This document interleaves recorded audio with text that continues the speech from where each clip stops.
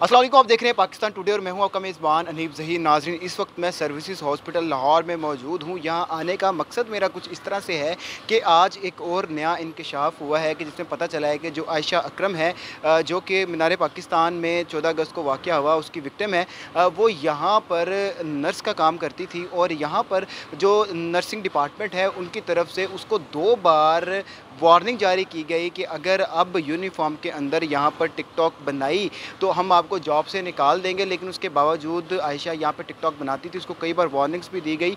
यहीं बैक पर उसका हॉस्टल है जहाँ पे वो रहा करती थी, उनका घर यहाँ पर कोई नहीं था। इस पूरे केस को अभी शराज मेरे साथ मौजूद हैं जो डे 1 से इस पूरे केस को कवर कर रहे हैं। अभी भी ये जो सर्विसेज हॉस्पिटल के AMS हैं उनके पास गए थे कंफर्म करने के लिए क्या वाकई ये कहानी सच है या नहीं। शराज के मेरे साथ मौजूद हैं, शराज से जानते हैं। अस्सलाम वालेकुम। वालेकुम अस्सलाम। शराज, क्या कहानी है? आप यहाँ सर्विसेज हॉस्पिटल क्यों आए? जाके AMS से मिले, उन्होंने क्या कहा? अनीब, आपको पता है कि मैं शुरू दिन से स्टोरी को कवर कर रहा हूँ। सबसे पहले तो इसके जो इसने FIR में, मैं ये बात करना चाहूँगा, FIR में जो एड्रेस लिखवाया वो इसका अपना घर नहीं था, किसी और का घर था। वो सबसे पहले मैंने उनका इंटरव्यू किया, वो माँ जी और बाबा जी, वो सबसे पहले इसका झूठ पकड़ा गया। दूसरी चीज़ ये थी कि ये इसने FIR 3 दिन लेट करवाई है और उससे पहले ये एक पिक्चर भी अपलोड कर चुकी है एक ड्रेसिंग के मूड में और तब भी इसे याद नहीं आया। चौथी बात यह है कि इसने SHO को ये भी कहा कि मैं मुकदमा दर्ज नहीं करवाना चाहती, तो SHO ने अपनी मुद्दत में मुकदमा दर्ज किया। ये तीसरा झूठ इसका सामने आया। चौथा, मैं ये कहूँगा कि अभी मैं जैसे अंदर गया AMS रूम में, मैंने तमाम मालूमात जो इकट्ठी की वो यही थी कि इससे यहाँ 2 दफ़ा नोटिस जारी किया गया है कि ये ड्यूटी में होते हुए उसी यूनिफॉर्म में टिकटॉक बनाती थी। 2 दफ़ा नोटिस जारी करने के बाद ये एक सरकारी मुलाजिम है, यहाँ एमरजेंसी में नर्स है और इसी मेरी राइट साइड पे उनका इधर हॉस्टल है, इधर ही वो रहती हैं, घर पे नहीं रहती। लेकिन उसके अलावा पाँचवीं चीज़ मैं कहूँगा, जो इसने इंटरव्यू दिया है यासिर शामी को, वो इसने अपने घर में नहीं दिया। आप क्लियर दे सकते हैं, जो DIG साहब की इनकी मुलाकात हुई है वो घर देखें, और जो इकरारुल हसन और यासिर शामी ने इंटरव्यू किया है वो घर यासिर शामी के किसी दोस्त का है, तीसरे बंदे का है। ये भी झूठ इसका पकड़ा गया।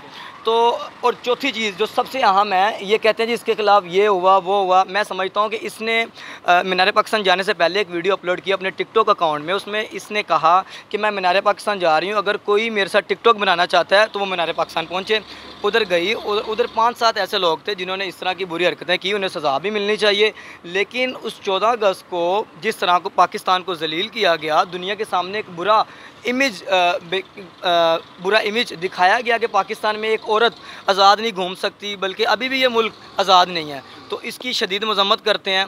अच्छा शराज, तो मुझे ये बताया कि जैसे आपने बताया कि यहाँ एमरजेंसी के अंदर वो नर्स थी और यहाँ पर वो टिकटॉक बनाती, 2 बार वार्निंग भी जारी की गई।